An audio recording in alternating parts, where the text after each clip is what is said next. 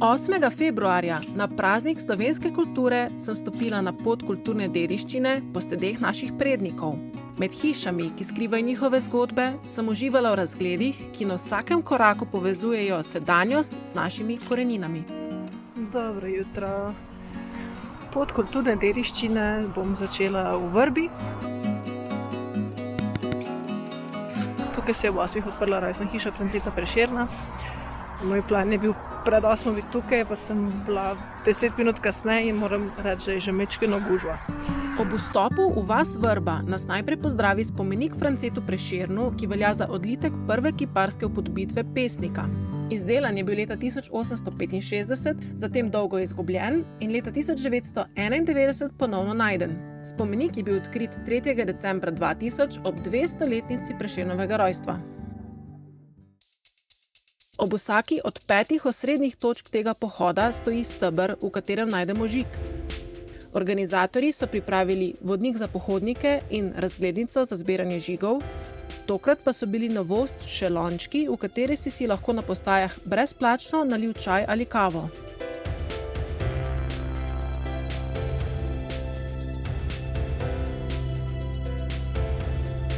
Bom nacentrirala. Te lončke so imeli 3 različne tipe in ena izmed njih je bila kranjska čebelica, kranjska čebelica, ki pa je v 5 minutah bila razprodana. Rojstna hiša Franceta Prešerna je ena najstarejših hiš v Vrbi. Njena prvotna podoba ni povsem znana, saj je sredi 19. stoletja delno zgorela. V njej se je 3. decembra 1800 rodil veliki slovenski pesnik, čigar besedilo iz leta 1844 ponosno cenimo kot državno himno Republike Slovenije. Obletnico njegovega rojstva obeležujemo kot ta veseli dan kulture, obletnico njegove smrti pa kot osrednji državni kulturni praznik in dela prost dan. Na pobudo tedanjih kulturnih delavcev in Frana Saleškega Finžgarja je bila leta 1939 hiša odprta kot muzej. Med drugo svetovno vojno so ji Nemci presenetljivo prizanesli. Notranja oprema je iz časa pesnikovega življenja in predstavlja tipično gorenjsko gruntarsko kmetijo. Ura je 9 in lončka že počasi zmrkuje. Dobro nameren nasvet. Dobar dan. V središču Vrbe stoji več kot 200 let stara lipa, pod njeno krošnjo pa je razporjenih 16 kamnov. Nekoč je vsak vaški gospodar imel svoj kamen, ko so se zbirali in razpravljali o pomembnih zadevah. Dogovorov sicer niso zapisovali, so se jih pa vsi držali. Podobna središča so imele številne vasi, a lipa s kamni se je obdržala le tukaj.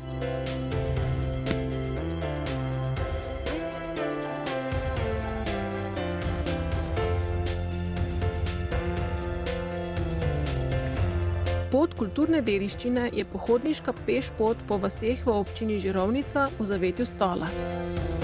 Je ena najstarejših tematskih poti v Sloveniji in je vključena v širši projekt Slovenska pisateljska pot.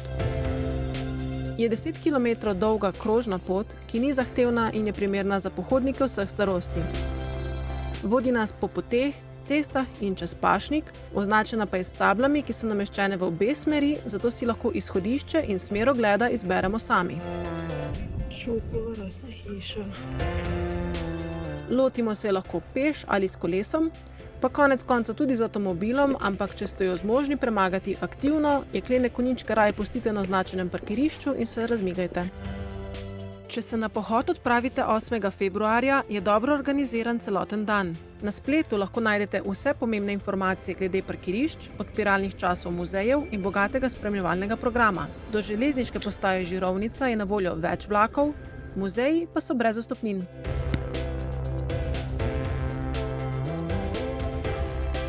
To je rojstna hiša Prešernove mame.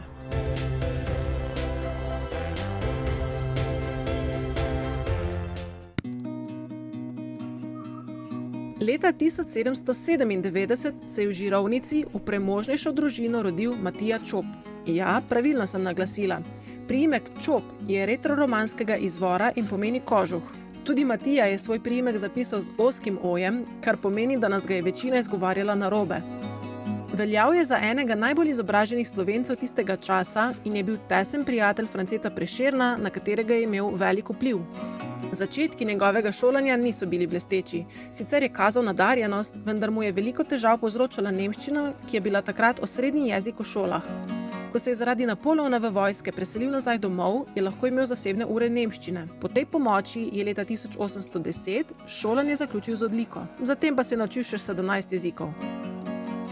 Kot cenzor je pred nasprotniki varoval zbornik Kranjska čbelica, posegal je v črkarsko pravdo in se zavzemal za visoko slovensko književnost ter zavračal mnenja, da je slovenščina primerna le za nižji sloj. S svojim uspešnim vodenjem ljubljanske licejske knjižnice pa si je prislužil naziv prvega slovenskega bibliotekarja. Njegova rojstna hiša v Žirovnici je bila razglašena za kulturni spomenik lokalnega pomena, nato pa je bila odprta za javnost kot muzej. Zdravje. V njem je predstavljeno Čopovo življenje in delo, ena izmed sob pa je muzejska soba Ajdna. Ta pa prikazuje arheološko najdišče na vzpetini pod Stolom, ki je bilo poseljeno že pred vsaj 1500 leti.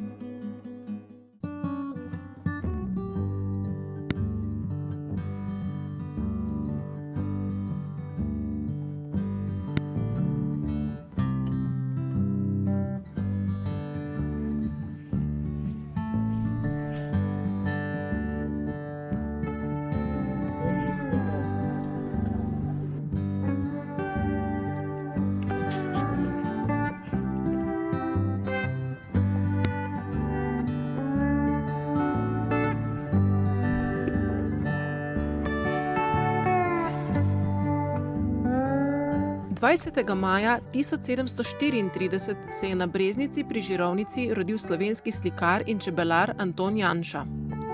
Po odloku Marije Terezije in ustanovitvi šole za čebelarstvo je bil imenovan za prvega učitelja čebelarstva na Dunajskem cesarskem dvoru.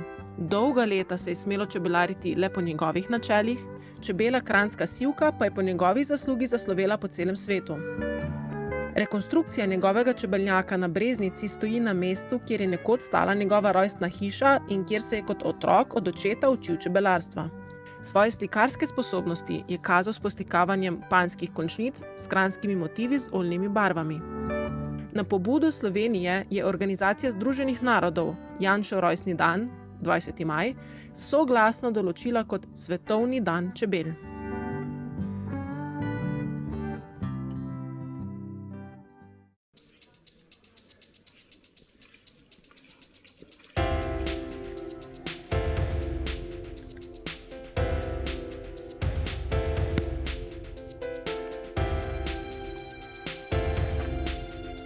Franz Aleški Finžgar se je rodil leta 1871 v Doslovčah v revni kajžarski družini. Postal je duhovnik, ob tem pa je ustvarjal krajše in daljše pripovedi ter ljudske igre.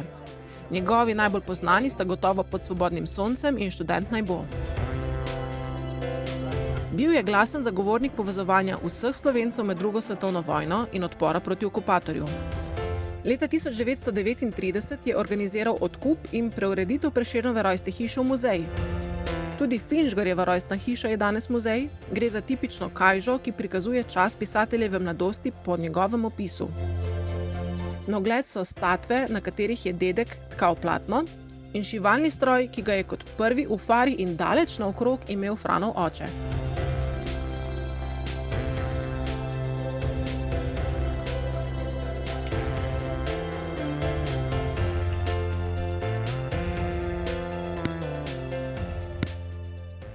Zdaj pa še malo v hrib.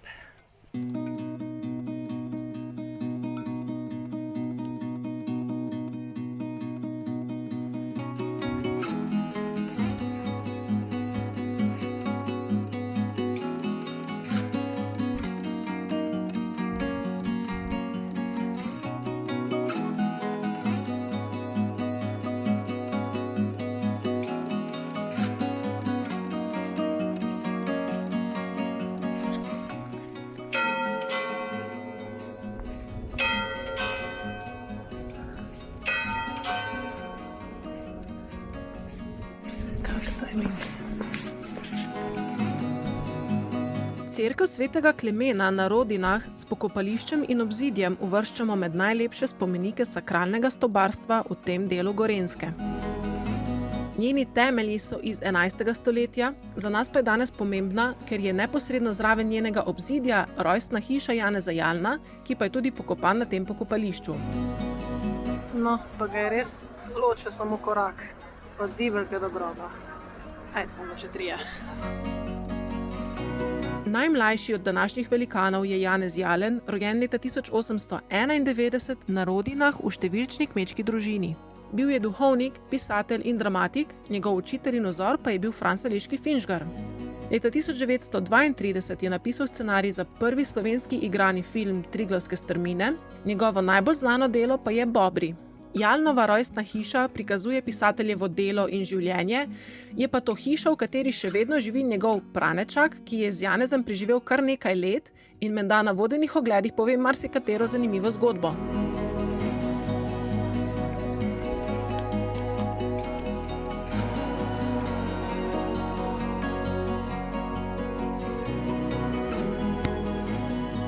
Nazaj na začetek. Cesarska cesta je bila stara deželna cesta, ki je vodila iz Ljubljane preko teh krajev na Dunaj, danes ostaja le še krajši odsek. Zgrajena je bila leta 1734 in je omogočala uporabo večjih vozov ob razvoju trgovine in prometnih sredstev. Na ta način so lahko lokalni obrtniki blago prevažali na večje razdalje in za tuje naročnike, kar je pomenilo dotok denarja za gradnjo večjih kmetij.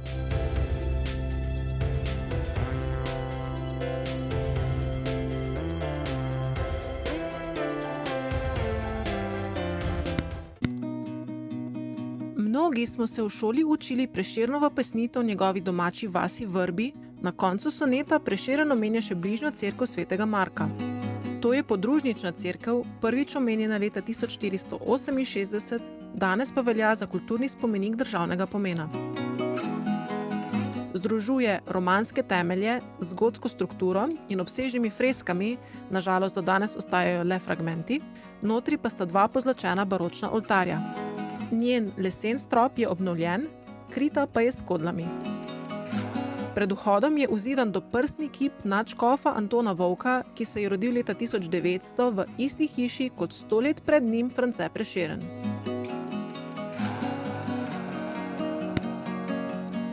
Hvala vsem domačinom in občini, ki so to organizirali in vsako leto to organizirajo, super ste.